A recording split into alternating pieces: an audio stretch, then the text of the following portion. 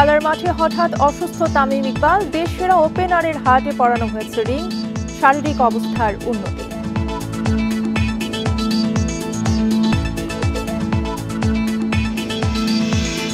প্রতারণার মামলায় ক্রিকেটার সাকিবের সম্পদ জব্দের নির্দেশ। সোয়া 4 কোটি টাকার চেক জালিয়াতির অভিযোগ।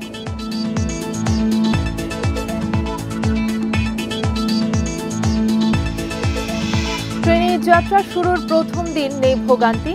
সাভারে তীব্র যানজটের শঙ্কা। পুরনো বাস সড়কে নামানোর চেষ্টা।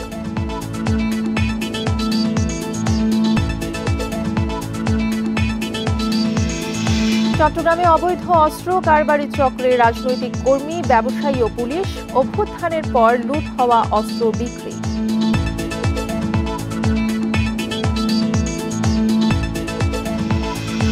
এবং তথ্য ফাঁসে পালিয়ে যাচ্ছে গণহত্যা মামলায় অভিযুক্ত পুলিশ সদস্যরা। পরোয়ানা ছাড়াই গ্রেফতার চায় প্রসিকিউশন।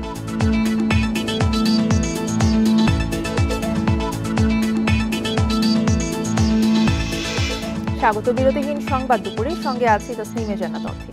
শিরোনাম শুনছিলেন, এবারে পুরো খবর। সাভারের বিকেএসপিতে ঢাকা প্রিমিয়ার লিগের ম্যাচ খেলতে নেমে হঠাৎ অসুস্থ তামিম ইকবাল। ভর্তি করা হয়েছে গাজীপুরের কেপিজে হাসপাতালের আইসিইউতে। এনজিওগ্রামে তার হার্টে ব্লক ধরা পড়েছে, পরানো হয়েছে একটি রিং।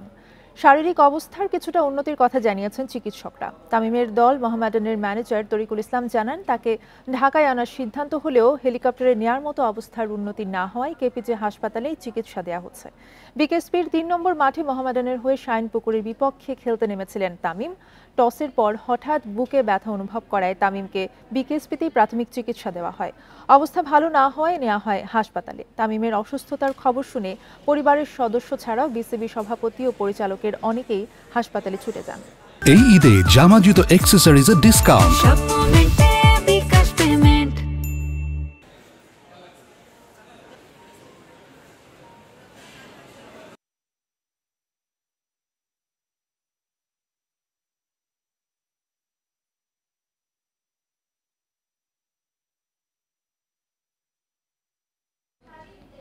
এ বিষয়ে আলোচনা করতে স্টুডিওতে আমাদের সাথে আছেন ক্রীড়া সম্পাদক রাকিবুল হাসান। আপনাকে স্বাগত ইন্ডিপেন্ডেন্ট সংবাদে। আমরা যেমনটি আসলে দেখছিলাম যে তামিম ইকবালের অবস্থা, যেটা জানছিলাম যে মেডিকেল বোর্ডের যারা চিকিৎসক রয়েছেন তারা বলেছেন যে কিছুটা উন্নতি হয়েছে শারীরিক অবস্থা, রিং যেহেতু পরানো হয়েছে। সেক্ষেত্রে আসলে আমরা বর্তমান যে অবস্থাটা, সেটা কি আমরা চলে যাব জানতে নাকি? আমি আগে একটু আপডেটটা জানিয়ে নেই যে যেহেতু সবশেষ যেটা কিছুক্ষণ আগে মেডিকেল বোর্ডও কথা বলে ফেলেছে এবং একটা স্বস্তি এসেছে, কারণ তামিম যে আশঙ্কার মধ্যে দিয়ে গেছেন সেটা একটু কেটেছে। তবে আপনি যেটা বলছিলেন, আমরা সবশেষ খবর আসলে সাভার থেকেই জানতে চাই। আমাদের সঙ্গে রুবেল আছেন সাভার থেকে, আমাদের সহকর্মী। রুবেল, কিছুক্ষণ আগে তো মেডিকেল বোর্ড বোধহয় ব্রিফ করে ফেলেছে যতটুকু শুনলাম, কি অবস্থা, সবশেষ আপডেট কি আছে ওখানে?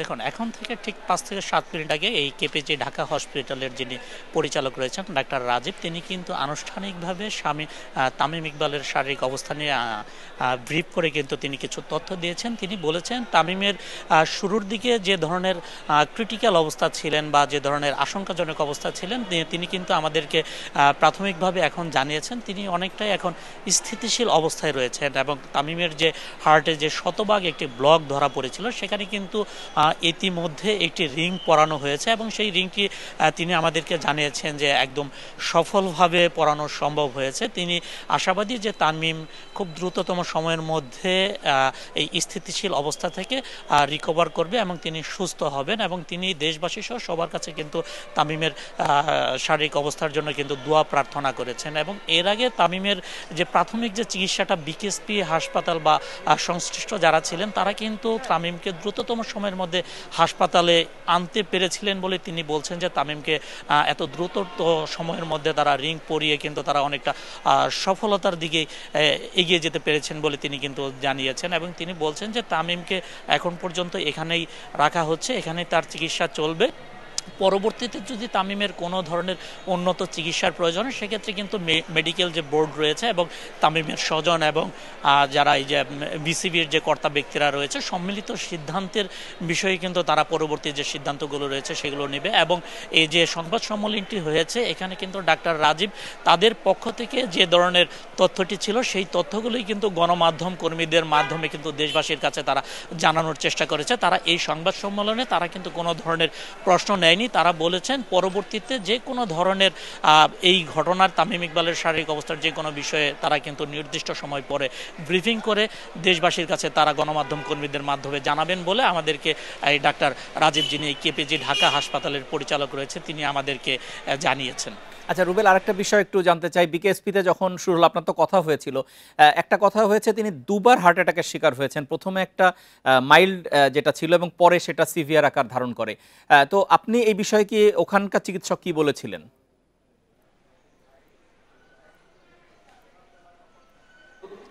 দেখুন, বিকেএসপির ভেতরে একটি হাসপাতাল রয়েছে, সেই হাসপাতালের যিনি মেডিকেল অফিসার রয়েছেন ডাক্তার শামীমুর রহমান, আমি তার সাথে কথা বলার চেষ্টা করেছি। তিনি আমাকে কিন্তু সেই শুরুতেই জানিয়েছেন যে আজকে সকালে শুরু থেকেই তামিম ইকবাল বুকে কিছুটা ব্যথা অনুভব করেছিলেন এবং সেই ব্যথা অনুভব করে তিনি প্রথমে খেলতে অস্বীকৃতি জানালে এমনটি কিন্তু সিদ্ধান্ত হয়েছিল। পরবর্তীতে যখন ব্যথাটা কমে আসে এরপরে কিন্তু তিনি টস করার পরে কিন্তু ফিল্ডিংয়ে নামেন। ফিল্ডিংয়ে নামার পরে কিন্তু তার সেই বুকে ব্যথাটি যখন বেড়ে যায় তখন কিন্তু দ্রুততম সময়ের মধ্যে এই হাসপাতালে, এই বিকেএসপির পাশে যে হাসপাতালটি রয়েছে কেপিজি ঢাকা, এখানে কিন্তু তামিম ইকবালের গাড়িতে করে তাকে এখানে নিয়ে আসা হয় এবং প্রাথমিক চিকিৎসা শেষে তামিম ইকবালের ইচ্ছাতেই তাকে উন্নত চিকিৎসার জন্য ঢাকার এভার কেয়ার হাসপাতালে নেওয়ার একটি প্রস্তুতি চলে এবং সেই প্রস্তুতির অংশ হিসেবে কিন্তু একটি হেলিকপ্টার কিন্তু বিকেএসপিতে নিয়ে আসা হয়।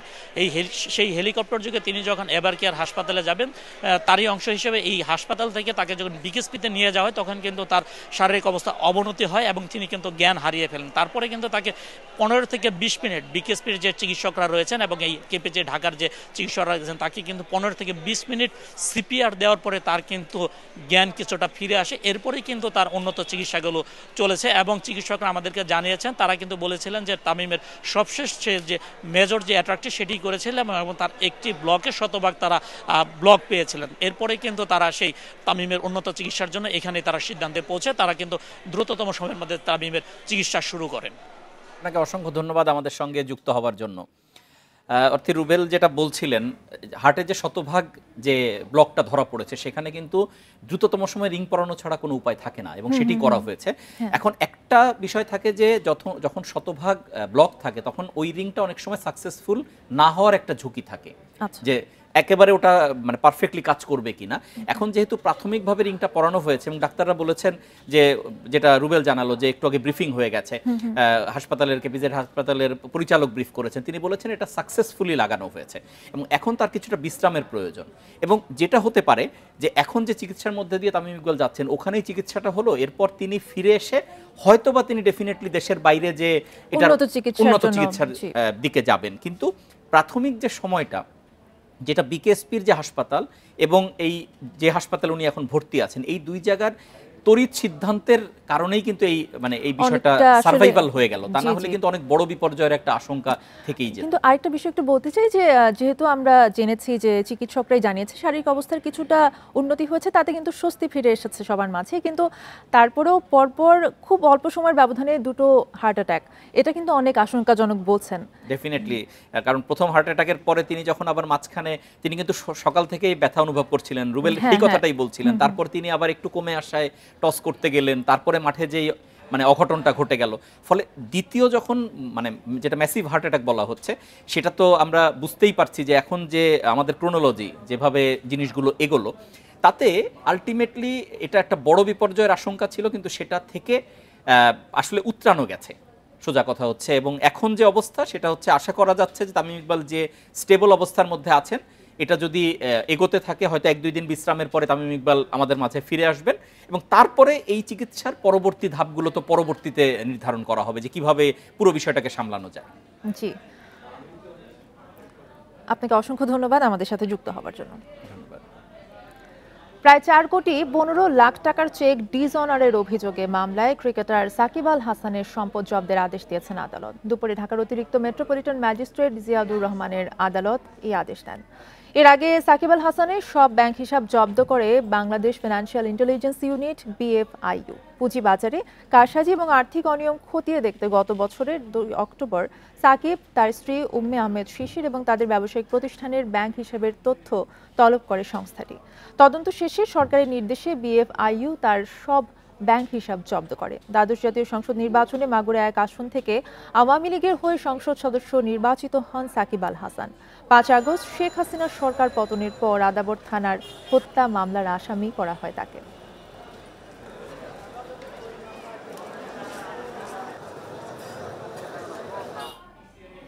আজ থেকে শুরু হয়েছে ট্রেনের আগাম টিকিট কাটা যাত্রীদের ঈদ যাত্রা। 14 মার্চ যারা টিকিট কেটেছিলেন মূলত তারাই আজ স্বজনদের সাথে ঈদ উদযাপনে বাড়ির উদ্দেশ্যে ঢাকা যাচ্ছেন। সকাল থেকে কমলাপুর রেলওয়ে স্টেশনে রয়েছে যাত্রীদের ভিড়। ট্রেনের জন্য প্ল্যাটফর্মে অপেক্ষা করতে দেখা যায় অনেককে, তবে সময়মতো ট্রেন ছাড়ায় কোনো ভোগান্তি নেই।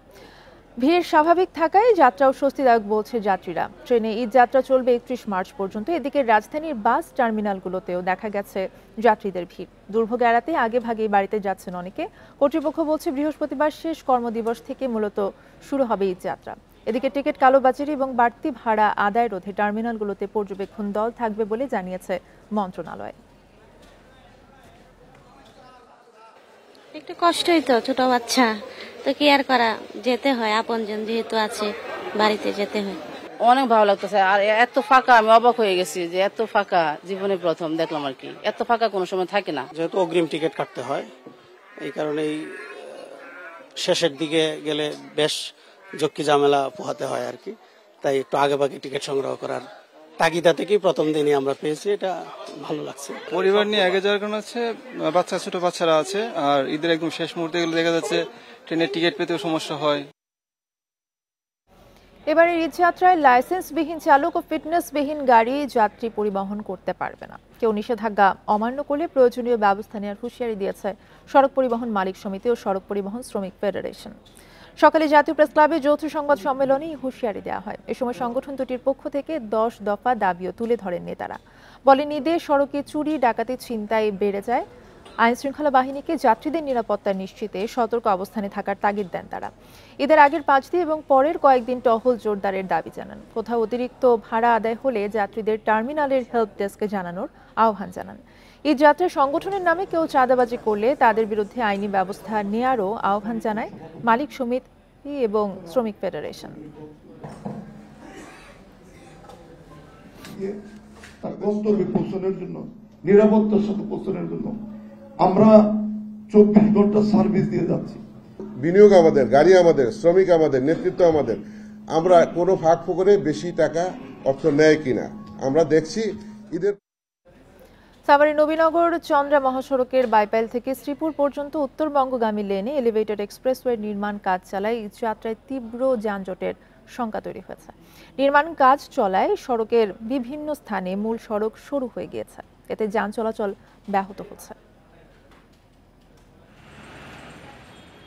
নবীনগর চন্দ্রা মহাসড়কের বাইপাইল থেকে শ্রীপুর পর্যন্ত উত্তরাঞ্চলগামী লেনে চলছে ঢাকা আশুলিয়া এলিভেটেড এক্সপ্রেসওয়ের নির্মাণ কাজের জন্য সড়কের বিভিন্ন জায়গায় মূল সড়ক শুরু হয়ে গেছে। যান চলাচল স্বাভাবিক রাখতে কোথাও কোথাও তৈরি করা হয়েছে বিকল্প সড়ক, তবে তা প্রয়োজনের তুলনায় পর্যাপ্ত প্রশস্ত নয়। তাই প্রতিদিন ওই অংশে এখনই সৃষ্টি হচ্ছে যানজট। এমন পরিস্থিতিতে ঈদযাত্রায় বাইপাইল থেকে শ্রীপুর পর্যন্ত তীব্র যানজটের শঙ্কা দেখা দিয়েছে। মনে হয় যে আপনার এখন যে যানজট সামনে ঈদে মনে করেন যে আমাদের এই মনে করেন ঈদ যাত্রা অনেক কষ্টকর হয়ে যাবে। নিচে মনে করেন যে কার্বন গুলো ক্লিয়ার করা লাগবে, ক্লিয়ার করলে রাস্তা ক্লিয়ার হবে।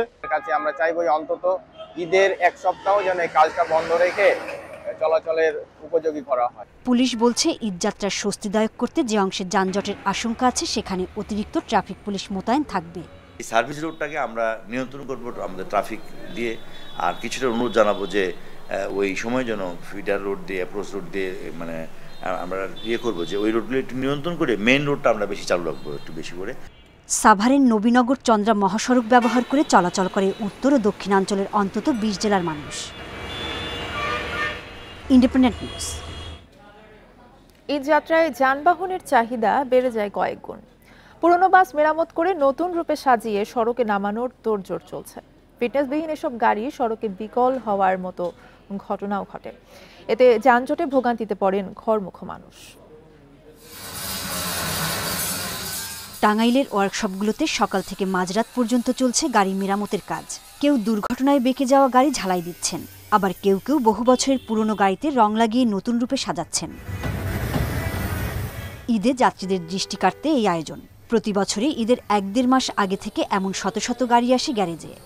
রং টং করা হইতাছে, ঈদের আগে টিপ টুপ মারবে, অবশ্যই একটু কাজের চাপ অনেকটাই বেশি আর কি।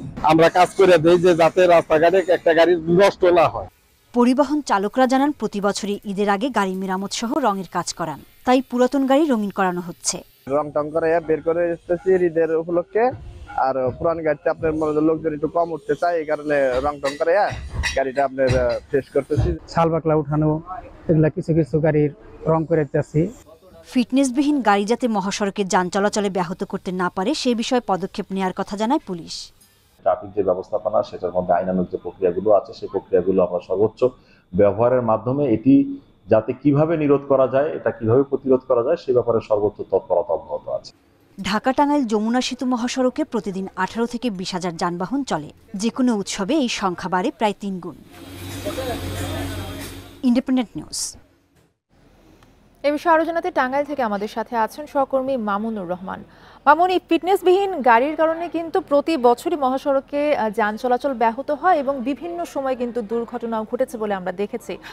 এবছর আসলে ফিটনেসবিহীন গাড়ি যাতে সড়কে চলাচল করতে না পারে সেক্ষেত্রে আসলে কি পদক্ষেপ নেওয়া হচ্ছে বা কি জানানো হয়েছে?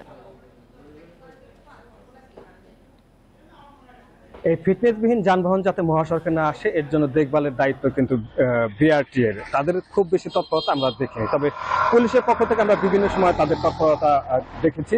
ফিটনেসবিহীন যানবাহন যদি থাকে সেক্ষেত্রে তারা সে বিষয়ে আইনানুগ যেসব পদক্ষেপ আছে সেগুলো নেওয়ার চেষ্টা করে। কিন্তু আপনি দেখুন, ঈদের ভিতরে মানুষের গাড়ির চাহিদা অনেক বেড়ে যায়, তো বিপুল সংখ্যক মানুষ যখন মহাসড়কে চলে আসে সেই সুযোগটাতে কিন্তু লক্কর জক্কর বা ফিটনেসবিহীন গাড়ি বা অচল গাড়িগুলি আবার সচল করা হয়। তো তখন কিন্তু এই গাড়িগুলির বিরুদ্ধে ব্যবস্থা নেওয়াটাও পুলিশের পক্ষ থেকে বেশ কষ্ট হয়। তো ইতিপূর্বে আমরা যখন এই বিষয় নিয়ে কাজ করেছি তখন তারা যেটা বলেছে, যেটা যদি প্রথম থেকে এই গ্যারেজগুলোতে যদি ফিটনেসবিহীন যানবাহনের বিরুদ্ধে যদি অভিযান চালানো যায় তাহলে কিন্তু এখান থেকে পরিত্রাণ পাওয়ার উপায় আছে। আমি এখন যে এলাকাতে আছি আপনি দেখতেই পাচ্ছেন যে একটি গাড়িতে রংচং করা হচ্ছে। শুধু যে এই গাড়িতে রংচং করা হচ্ছে তা না, এর পাশে আরো 2টি গাড়ি রং করে সম্পন্ন করা হয়েছে। এর আগে প্রতিবেদন করতে যখন এসেছিলাম ওই লাল গাড়িটি কিন্তু বেশ খারাপ অবস্থা ছিল, সেটা আজকে দেখলাম যে বেশ চকচকে রয়েছে। আমি যদি এই পাশটাতে দেখানোর চেষ্টা করি, এই পাশটাতে বেশ কিছু গাড়ি এসেছে যারা বিভিন্ন কাজ এখান থেকে করিয়ে নিচ্ছে এই যাত্রীদের দৃষ্টি আকর্ষণ করার জন্য। পরিবহন চালক এবং যারা গাড়ি মেরামত করে তারা সবাই যেটা বলছে যে যেসব গাড়ি বিভিন্ন সময় নষ্ট হয়েছে বা বিকল হয়েছে বা দুর্ঘটনায় ক্ষতিগ্রস্ত হয়েছে অথবা গাড়ির রংচং উঠে পুরাতন হয়েছে, এইসব গাড়িতে সাধারণত উৎসব সময় যাত্রীরা আসতে চায় না, আর এ কারণে তারা এই গাড়ির রং করা বলি বা গাড়ি মেরামত করা বলি এটা তারা করছে। তবে পরিবহন চালকরা যেটা বলছে যে মহাসড়কে যাতে যানবাহন বিকল হয়ে না যায় এই কারণে অনেক সময় তারা ভালো গাড়ি এখানে নিয়ে আসে। কিন্তু আমরা এই গ্যারেজগুলোতে যেসব গাড়ি দেখেছি এইসব অধিকাংশ গাড়ি বাইরে থেকে দেখতে অনেকটাই অকার্যকর বলে মনে হয়েছে। তবে ফিটনেসের বিষয়ে কাগজপত্রগুলি আমরা দেখতে চাইনি বা এই বিষয়ে তাদের সাথে আমাদের কথাও হয়নি। তবে 2-1 সাথে কথা বলে যেটুকু বুঝতে পেরেছি তাদের অনেক গাড়িরই ফিটনেসের সার্টিফিকেট নেই। এর সাথে আরেকটি কথা বলি, গত বছর যমুনা সেতুতে অন্তত 50 বার গাড়ি বিকল হয়েছে শুধু সেতুর উপরে, এবং সেতু কর্তৃপক্ষের কাছ থেকে সে সময় আমরা যেসব তথ্য জানতে পেরেছিলাম এর ভিতরে অধিকাংশ গাড়ি ফিটনেস ছিল না। এবং এই যে যান চলাচল ব্যাহত হচ্ছে যে সেটা নিরসনে আসলে কাজ চলবে বলে আমরা আশাবাদী। আপনাকে ধন্যবাদ। মামুনুর রহমান জানাচ্ছিলেন টাঙ্গাইল থেকে। বর্তমান নির্বাচন কমিশনের অধীনে সুষ্ঠু নির্বাচনের আশা জানিয়েছেন জাতীয় গণতান্ত্রিক পার্টি জাকবার চেয়ারম্যান তাসমিয়া প্রধান। সকালে দলের নিবন্ধন ফিরে পাওয়ার পর নির্বাচন কমিশনের সাথে সৌজন্য সাক্ষাৎ শেষে এই আশা প্রকাশ করেন তিনি। আমরা চাই সুষ্ঠু, অবাধ, নিরপেক্ষ একটা নির্বাচন, ভারতীয় প্রভাব মুক্ত একটা নির্বাচন, যেই নির্বাচন গত 16 বছরে অনেকবার আমরা দেখেছি যে বাইরের হস্তক্ষেপ হয়েছে। এরকম এই নির্বাচন, সামনের নির্বাচনটা এরকম হবে না, এটা আমরা বিশ্বাস করি। সেনা প্রধানের সাথে বৈঠক নিয়ে নিজেদের মধ্যে মতানৈক্য নেই, একে গুজব বলে উড়িয়ে দিয়ে এনসিপির সংগঠক সার্জিস আলম বলেন, দেশের অভ্যন্তরীণ রাজনীতিতে সেনাবাহিনীর হস্তক্ষেপ নয়। সকালে সৈয়দপুর বিমানবন্দরে সাংবাদিকদের প্রশ্নের জবাবে তিনি বলেন, দেশের প্রতি দায়বদ্ধতা থেকে সেনাবাহিনীকে দায়িত্ব পালন করতে হবে। এ সময় তিনি রিফাইন্ড আওয়ামী লীগ বা অন্য নামে আওয়ামী লীগকে ফিরিয়ে আনার চেষ্টা মেনে নেওয়া হবে না বলেও মন্তব্য করেন। আজ পঞ্চগড়ের ৫ উপজেলায় পথসভা করার কথা রয়েছে এনসিপি নেতা সার্জিস আলমের।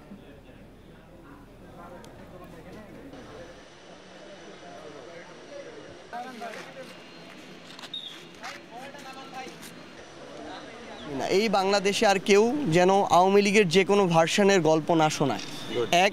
এবং দ্বিতীয়ত হচ্ছে আমরা আশা করব যে বাংলাদেশ সেনাবাহিনীর প্রতি আমাদের যে রেসপেক্টের জায়গাটা আছে সেটা প্রতিষ্ঠান হিসেবে তারা ধরে রাখবে।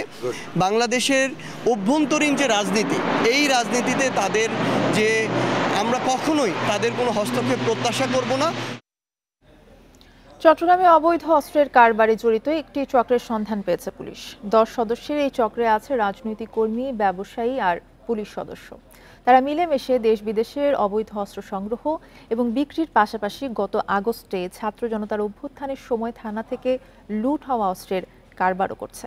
সম্প্রতি এক পুলিশ কনস্টেবল সহ 6 জনকে গ্রেপ্তারের পর চক্রটির ব্যাপারে নিশ্চিত হয় আইন শৃঙ্খলা রক্ষাকারী বাহিনী। গত 3 মার্চ চট্টগ্রামের সাতকানিয়ায় গণপিটুনিতে নিহত হয় জামাতের 2 কর্মী। এ সময় নিহত এক জামাত কর্মীর ব্যবহৃত একটি পিস্তল উদ্ধার করা হয়। পুলিশ জানায়, উদ্ধার হওয়া ব্রাজিলিয়ান টরাস পিস্তলটি 5 আগস্ট চট্টগ্রামের কোতোয়ালি থানা থেকে লুট হয়। পুলিশ এই অস্ত্র লুটের বিষয়টি তদন্ত করতে গিয়ে সন্ধান পায় অন্তত 10 জনের অস্ত্র চোরাচালান চক্রের। এই চক্রের কাছে আছে সম্প্রতি থানা থেকে লুট হওয়া কিছু অস্ত্র। পরে তারা 2টি অস্ত্র মোট 10 লাখ টাকা দামে বিক্রি করে জামাতের এক নেতা ও ব্যবসায়ীর কাছে। এই অবৈধ অস্ত্র কারবারে জড়িত 7 সদস্যের ব্যাপারে নিশ্চিত হওয়ার পর পুলিশ গ্রেফতার করে 6 জনকে, যাদের 2 জন অস্ত্র চোরাচালানের সঙ্গে সম্পৃক্ততার কথা স্বীকার করে আদালতে জবানবন্দি দিয়েছেন। এই অস্ত্র উদ্ধার করতে গিয়ে যেটা বুঝতে পারছি সেটা হচ্ছে এরা সবাই একটা চক্রের সাথে জড়িত। এটা একটা সংঘবদ্ধ চক্র। এরা এই অঞ্চলটাতে অস্ত্র সাপ্লাই দিয়ে বিক্রি করে আর কি, বিভিন্ন টাকার বিনিময়ে বিক্রি করে। এই অস্ত্রগুলো দিয়ে বিভিন্ন মানুষের সাথে অপরাধজনক বিষয় যেগুলো সেগুলো ঘটায় থাকে। পুলিশ জানায়, চট্টগ্রাম নগরীর পতেঙ্গা এলাকা থেকে উদ্ধার হওয়া টরাস অস্ত্রটি লোহাগাড়া থানা থেকে লুট হয়। সেটি 7 থেকে 10 হাত বদল হয়ে পতেঙ্গার ব্যবসায়ীর কাছে বিক্রি করা হয়। এসব অস্ত্র নানা অপরাধে ব্যবহার হচ্ছে। তবে আইনশৃঙ্খলা বাহিনীর দাবি, তারা লুণ্ঠিত অস্ত্র উদ্ধারে সক্রিয়। লুট হওয়া অস্ত্র কিংবা অন্যান্য অস্ত্র এই ধরনের ভাগ করা আসলে কোনো ক্রিমিনাল নেই। যারা ক্রিমিনাল তারাই এগুলো করছে। আমাদের নজরদারি সবার উপরেই আছে এবং আমরা আমাদের সর্বোচ্চ চেষ্টা করছি এই অস্ত্রগুলো পুনরুদ্ধার করার জন্য, এবং সমাজে যে কোনো ধরনের অস্ত্র থাকলেই সেটা আমরা অ্যারেস্ট করার জন্য চেষ্টা করছি। চট্টগ্রামে 5 আগস্ট বিভিন্ন থানা থেকে মোট 813টি অস্ত্র ও 44,000-এর বেশি গুলি লুট হয়।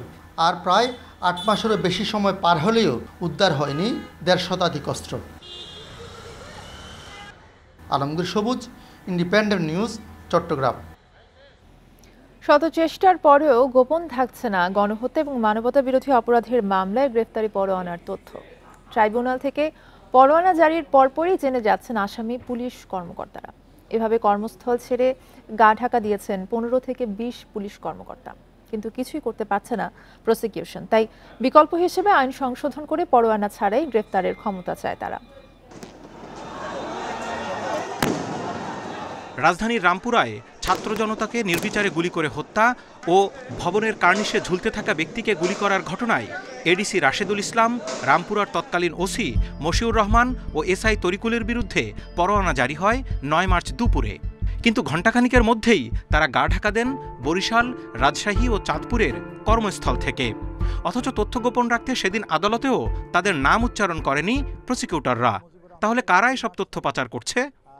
গ্রেপ্তারি পরোয়ানা জারির সাথে পর্যায়ক্রমে যুক্ত থাকে ট্রাইব্যুনালের তদন্ত সংস্থা, চিফ প্রসিকিউটরের অফিস, ট্রাইব্যুনালের রেজিস্ট্রার অফিস, এজলাস, আইজিপি অফিস ও সংশ্লিষ্ট থানা। প্রসিকিউশন জানায়, সরকারি এসব অফিসের কেউ না কেউ তথ্য পাচার করে আসামিদের পালাতে সাহায্য করছে। জুলাই অগস্ট গণহত্যার ম্যাক্সিমাম আসামি হলো আইনশৃঙ্খলা বাহিনীর সদস্য। আর আমার এই যে প্রসেসটা দেখছেন, এর মধ্যে 80% প্রসেসটাই হচ্ছে আইন শৃঙ্খলা বাহিনীর সদস্যদের হাত ধরে। কোনো না কোনোভাবেই তাদের সাথে একটা সম্পর্ক থাকতে পারে, থাকাটাই স্বাভাবিক। সাবেক কলিগ। তো এরকম ক্ষেত্রেই দেখা যাচ্ছে যে কোনো না কোনোভাবে আইন শৃঙ্খলা বাহিনীর সদস্য যারা আমাদের আসামি আছে তারা আগে থেকে ইনফর্ম হয়ে যাচ্ছে, অথবা জাস্ট ওয়ারেন্ট হওয়ার সাথে সাথে ইনফর্ম হচ্ছে। আমাদের পক্ষ থেকে যতটুকু করা সম্ভব নিশ্ছিদ্র করা, সেটার কাজও আমরা করে যাচ্ছি, চেষ্টা করে যাচ্ছি। এবং আমরা আগের মতোই বলছি যে অনেক কিছুই আমাদের নিয়ন্ত্রণের মধ্যে নেই, সে কারণে আমরা অনেক কিছু রোধ করতে পারি না। তারপরেও আমাদের সর্বাত্মক চেষ্টা আছে যাতে এটা প্রকাশিত না হয়। এই অবস্থায় থানা পুলিশের মতো আদালতের পরোয়ানা ছাড়াই আসামি গ্রেপ্তারের ক্ষমতা পেতে ট্রাইব্যুনাল আইনের 6 ও 9 ধারা সংশোধনের উদ্যোগ নেওয়া হচ্ছে। বিধি অনুসারে ট্রাইব্যুনালে গ্রেপ্তারি পরোয়ানা প্রয়োজন হয়। সেক্ষেত্রে রুল 6 সংশোধন যদি আমরা করি, ট্রাইব্যুনালে গ্রেপ্তারি পরোয়ানার প্রয়োজন নাই। সেক্ষেত্রে আমরা তদন্ত সংস্থা বা প্রসিকিউটর আমরা ইচ্ছা করলে তাদেরকে গ্রেপ্তার করতে পারবো। ট্রাইব্যুনালের 23 মামলায় এখন পর্যন্ত 145 জনের বিরুদ্ধে গ্রেপ্তারি পরোয়ানা জারি করেছে আন্তর্জাতিক অপরাধ ট্রাইব্যুনাল। এর মধ্যে 94 জনকেই গ্রেপ্তার করা যায়নি। Zahidul Bashar, Independent News, Dhaka. রাজধানী কল্যাণপুরে জঙ্গি সাজিয়ে 9 তরুণকে হত্যার অভিযোগে সাবেক আইজিপি শহীদুল হক সহ 3 জনকে গ্রেপ্তার দেখিয়ে কারাগারে পাঠিয়েছে ট্রাইব্যুনাল। দুপুরে আদেশ দেয় ট্রাইব্যুনাল। মামলার নথি থেকে জানা যায় 2016 সালে রাজধানীর কল্যাণপুরে জাহাজ বিল্ডিংয়ে কথিত জঙ্গি আস্তানায় অভিযানের নামে 9 জনকে হত্যার ঘটনায় মামলা করা হয়। সাবেক আইজিপি শহীদুল হক ছাড়া মামলার অন্য আসামিরা হলেন সাবেক ডিএমপি কমিশনার আসাদুজ্জামান মিয়া ও সাবেক ডিসি জসিমউদ্দিন মোল্লা। এর আগে সকালে মানবতা বিরোধী অপরাধের 2 মামলায় 6 পুলিশ কর্মকর্তাকে ট্রাইব্যুনালে হাজির করা হয়। তাদের মধ্যে রয়েছেন রামপুরায় কার্নিশে ঝুলন্ত তরুণকে দফায় দফায় গুলির ঘটনায় অভিযুক্ত এসি রাজন কুমার সহ 2 জন এবং গাবতলী এলাকায় হত্যার ঘটনায় এসি এসএম ময়নুল ইসলাম। এটা একটা মানবতা বিরোধী অপরাধ হিসাবে গণ্য করে এর বিরুদ্ধে তদন্ত শুরু হয়েছে। তদন্তর প্রক্রিয়ার কাজ চলছে। অনেক সাক্ষী আমরা ইতিমধ্যে পেয়েছি। আগামী কত তারিখ, 7ই মে তারিখে এটা পরবর্তী তারিখ ধার্য করা হয়েছে। রাজধানীর যাত্রাবাড়ি থানায় দায়ের করা ওবায়দুল হত্যা মামলায় সাবেক প্রতিমন্ত্রী জুনায়েদ আহমেদ পলকের আরও 4 দিনের রিমান্ড মঞ্জুর করেছেন আদালত। পাশাপাশি সাবেক মন্ত্রী কামরুল ইসলাম সহ 4 জনকে বিভিন্ন মামলায় গ্রেফতার দেখানো হয়েছে। সকালে ঢাকার মেট্রোপলিটন ম্যাজিস্ট্রেট জিএম ফারহান ইশতিয়াকের আদালত এই আদেশ দেন। এর আগে পলককে আদালতে হাজির করে 7 দিনের রিমান্ড আবেদন করেন তদন্ত কর্মকর্তা। শুনানি শেষে 4 দিনের রিমান্ড মঞ্জুর হয়। এদিকে যাত্রাবাড়ি থানার 2টি হত্যা মামলায় পলক, রামপুরা থানার হত্যা মামলায় সাবেক মন্ত্রী কামরুল, বাড্ডা থানার মামলায় সাবেক মেয়র আতিকুল এবং গুলশান ও রামপুরা থানার আলাদা মামলায় সাবেক প্রতিমন্ত্রী কামাল মজুমদারকে নতুন করে গ্রেফতার দেখানো হয়েছে।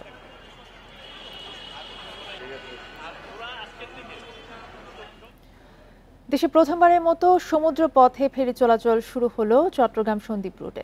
সকালে সীতাকুণ্ডের বাঁশবাড়িয়া ফেরিঘাট থেকে আনুষ্ঠানিকভাবে এই রুটে ফেরি চলাচল শুরু হয়। সকাল 8:30টার দিকে কার্যক্রমের আনুষ্ঠানিক উদ্বোধন করেন নৌ পরিবহন মন্ত্রণালয়ের উপদেষ্টা এম শাকওয়াত হোসেন। এ সময় তিনি বলেন, প্রাথমিকভাবে বিআইডব্লিউটি এর ফেরি দিয়ে কার্যক্রম চালু হলেও সমুদ্র পথে নিয়মিত যাত্রী ও যানবাহন পারাপারে কোস্টাল ফেরি প্রয়োজন। দেশে এ ধরনের ফেরি আনার প্রভিশন না থাকায় এই নিয়ে কাজ করতে হবে সরকারকে। পরে 5 উপদেষ্টাকে সাথে নিয়ে ফেরি করে সন্দ্বীপ যান নৌ উপদেষ্টা। সেখানে আয়োজিত অনুষ্ঠানে ভার্চুয়ালি যুক্ত হয়ে বক্তব্য রাখেন প্রধান উপদেষ্টা অধ্যাপক মোহাম্মদ ইউনুস। প্রাথমিকভাবে বিআইডব্লিউটি এর ফেরি কপোতাক্ষ দিনে 2 বার রুটটিতে চলাচল করবে। এটা কিন্তু টেম্পোরারি, হয়তো 2 মাস পরে আমাকে এখানে সি ট্রাক দিতে হবে, সি ট্রাকও টেম্পোরারি হবে। এর মধ্যে আমাদেরকে কোস্টাল ফেরি আনতে হবে। বাংলাদেশে কোস্টাল ফেরির কোনো প্রভিশন নাই এবং আনতে হবে আমাকে যত তাড়াতাড়ি সম্ভব। এবং কোস্টাল ফেরি ছাড়া সন্দ্বীপে এখানে আমি রেগুলার দিতে পারবো না, কারণ এটা অনেক অ্যাক্সিডেন্টাল প্রবণ জায়গা হয়ে যাবে। এই ছিল বিরতিহীন সংবাদ দুপুরে। ইন্ডিপেন্ডেন্ট টেলিভিশনের আরও খবর জানতে চোখ রাখুন ফেসবুক, ইউটিউব এবং এক্সে। সাথে থাকায় ধন্যবাদ সবাইকে।